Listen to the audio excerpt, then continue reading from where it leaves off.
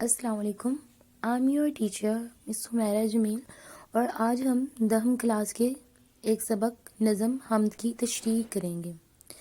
حمد کا پہلا شعر ہے: اسی نے ایک حرف کن سے پیدا کر دیا عالم، کشاکش کی صدائے ہاؤ ہو سے بھر دیا عالم. سب سے پہلے ہم اس کے مشکل الفاظ کے معنی دیکھتے ہیں. کن ہو جا، کشاکش رونق یا کشمکش کی کیفیت ہونا، عالم دنیا، گہما گہمی اور رونق کی آواز. سب سے پہلے اس شعر کا مفہوم لکھیں گے.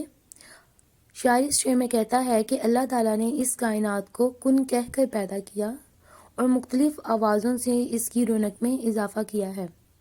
ہم سب جانتے ہیں کہ یہ کائنات اللہ تعالیٰ نے ہمارے لیے بنائی اور اس میں ہمارے لیے بے شمار نعمتیں رکھ دیں، جن کا ہم جتنا بھی شکر ادا کر سکیں کم ہے، اور مختلف آوازوں اور مختلف چیزوں سے اس میں رونق پیدا کر دی. اب ہم اس کی تشریح کرتے ہیں. تشریح طلب شعر میں شاعر نے سورہ یاسین کی آیت مبارکہ کی طرف اشارہ کرتے ہوئے اس کائنات پر اللہ تعالیٰ کے قبضہ قدرت کا ذکر کیا ہے. شاعر کہتے ہیں کہ اللہ تعالیٰ نے یہ کائنات ایک لفظ کن کہہ کر پیدا کی ہے، کیونکہ اللہ تعالیٰ کہتے ہیں کن تو وہ ہو جاتا ہے. اسی طرح قرآن کریم کی سورہ یاسین میں اللہ تعالیٰ کا ارشاد ہے: وہ تو جب کسی چیز کا ارادہ کرتا ہے تو اس کا کام بس یہ ہے کہ اسے حکم دے کہ ہو جا، اور وہ ہو جاتی ہے. دوسرے مصرع میں شاعر کہتے ہیں کہ جب یہ دنیا وجود میں نہ آئی تھی تو ہر طرف ویرانہ ہی ویرانہ تھا. اللہ تعالیٰ نے اس دنیا کو رونق بخشنے کے لیے اس میں بے شمار مخلوقات پیدا کیں. آج اس دنیا میں جو گہما گہمی اور رونق ہے سب اللہ تعالیٰ ہی کی قدرت اور طاقت سے ہے.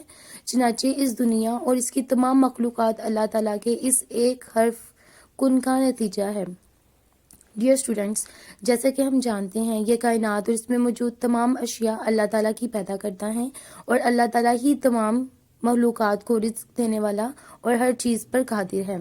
اس شعر میں شاعر نے اسی بات کو بیان کیا ہے کہ اللہ تعالیٰ نے یہ کائنات پیدا کی اور اس میں ہمارے لیے بے شمار اشیاء رکھ دیں تاکہ ہم ان سے لطف اندوز ہو سکیں اور ان سے فائدہ اٹھا سکیں.